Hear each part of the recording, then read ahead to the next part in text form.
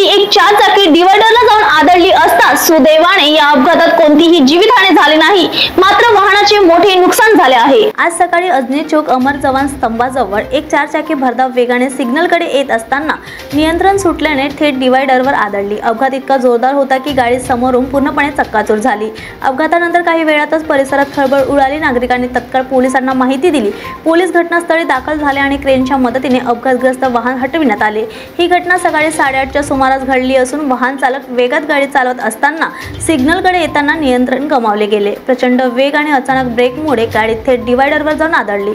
सुदैवाने या अपघातात कुणालाही गंभीर इजा झाली नाही, मात्र ही घटना नागपूरच्या रस्त्यावर वेग मर्यादा आणि वाहतूक नियमांचे पालन करण्याची गरज अधोरेखित करते। पोलीस टाइम न्यूज साठी स्वप्नील धारगावेची रिपोर्ट।